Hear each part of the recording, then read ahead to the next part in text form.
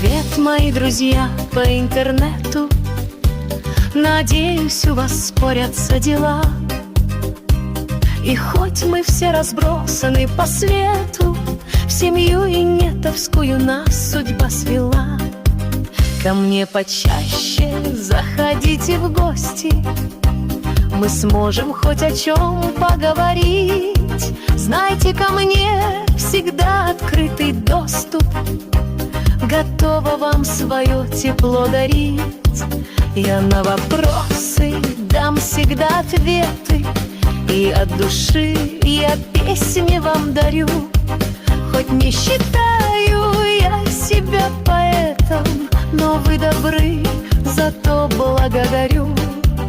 Порою кажется, вы рядом где-то, еще минута, я услышу голоса. Исчезнут между